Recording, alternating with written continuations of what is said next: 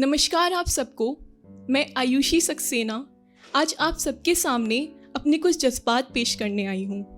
उम्मीद करती हूँ कि ये उसी तरह आपके दिल को छुएगी जिस तरह इसने मेरी आँखों को नम किया था पन्ने पर उतरते समय।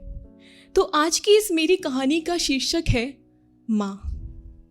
तो ये कहानी कुछ इस तरह शुरू है कि आज चाँद काफ़ी धुंधला हुआ है, मेरा कोई अपना इतनी गहराई से रूठा जो हुआ है।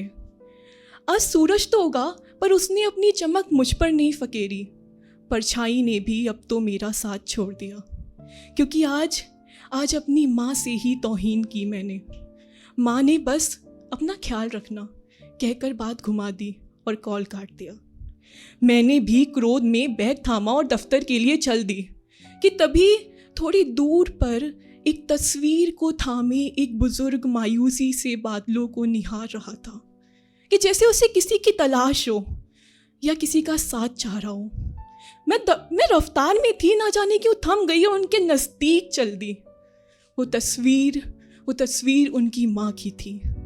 उस वक्त महसूस हुआ कि उम्र चाहे कोई भी हो, सबको माँ की ज़रूरत होती ही है। मैंने उनसे सवाल किया तो उन्होंने कहा कि बस कोई मुझे मेरी माँ से मिलवा दो, कि इस लम्हे को रोक मुझे मेरा बचपन लौटा दो, कि जिस मंज़र में उनकी बाहों में था मुझे वो जन्नत अदा कर दो और इस जहाँ से अब बली करा दो, कि बस कोई मुझे मेरी माँ से मिलवा दो। कि मैंने माँ को क्या छोड़ा, जग हो गया रूठ, पिंजरा समझ वो घर जो छूटा। कहाँ पता था उस 19 साल के लड़के को कि वही था स्वर्ग जो किया अपमानित। माँ का दिल तोड़ा, ख्वाबों के ख्यालों को हकीकत में तब्दील करने में इतना मगन हो गया कि अरसे गुजर गए और माँ से मुलाकात ही ना हुई, और ना ही था इस दिल में इस बात का कोई पछतावा।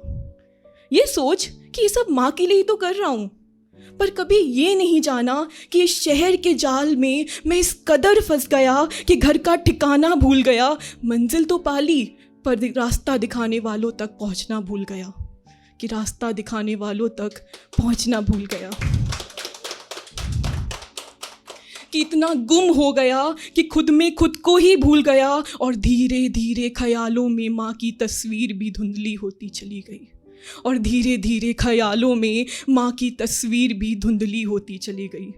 मैंने कहा, कैसे बेटे थे आप कि ख्वाहिशों को भरने में इतने मगन हो गए कि उस ममता के सागर को ही भूलते चले गए। माँ क्या चाहती थी माँ कि सूरज उगने से सूरज ढलने के बीच के सफ़र में बस एक कॉल, वो भी कुछ क्षण के लिए, वो भी बस उनकी तसल्ली के लिए कि वो ये जान सके कि उनकी जान इस अनजान जहां में महफूज तो है ना, जिससे वो दो पल फिक्रमंद अपने बेटे के बचपन की जुगलों को ख्वाबों में देख हकीकत से थोड़ा परे हो सकें। और अब वो दो पल भी ना दे सके। उस वक्त एक बड़ा सा आईना मुझे दिखा। उस आईने में उस शख्स को मैं देख ना सकी। शर्मसार की हदों को पार कर ज्ञान जो दे रही थी मैंने भी तो वही बर्ताव किया था आज।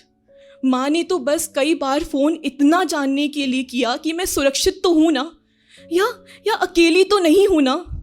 उस मंज़र लग रहा था कि माँ ही नहीं समझती मुझे। एक कॉल ना उठाने पर कोई इतना सुनाता है भला। अब लग रहा है जैसे मानो मैंने ही माँ को नहीं समझा था।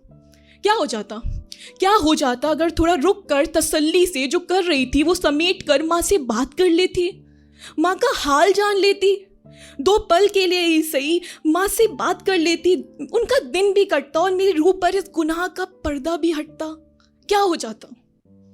उस वक्त लग रहा था जैसे मानो वो शख्स किसी रूप में मेरे लिए ही आया था, मुझसे मिलवाने के लिए, मुझे इन इमारतों की चमक से वाकिफ कराने के लिए।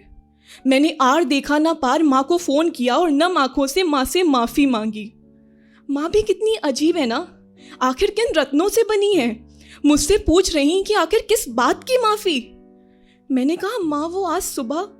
माँ ने एकदम से रोका और कहा, सुबह क्या? सुबह मेरी बेटी परेशान थी, उलझनों में थी, उसने गमों को भुलाने के लिए माँ का सहारा लिया। मैं तो इसी बात पर ही खुश थी कि सर पर जो बोझ था मुझे सुनाकर ही सही हल्का तो हुआ। उस पल लगा कि माँ को तो खफा होना भी नहीं आता। वो बस बिना किसी फरियाद के रब से दुआ करती हैं, उसकी जिसे कुछ क्षणों के लिए कदर ही ना थी। माँ क्यों तू वो मंदिर है जिसकी जितनी पूजा करूँ उतना कम है। तू इतनी निडर, इतनी त्यागशाली, इतनी मोहब्बत बिना मांगे कैसे दे जाती है। ना जाने क्या अच्छा किया जो तू मिली। तू है तो मैं हूँ, कभी कह नहीं पाई पर मेरा खुदा उस हर जगह है जहाँ भी तेरा साया पहुँचा। और मेरी दुनिया तेरे श्री चरणों में, तेरे चरणों में है। अंत में मैं बस इतना कहना चाहूँगी कि किसी शख्स ने क्या खूब कहा था कि ये अंबर, ये ज़मीं, ये बहता दरिया मेरे किस काम का, कि ये मकान, ये धन दौलत हीरे मोती मेरे किस काम का। मिटा दो या चाहो तो इस रूह का हर एक एक कतरा मिटा दो। बस बदले में मुझे मेरी माँ लौटा दो। बस बदले में मुझे मेरी माँ लौटा दो। शुक्रिया।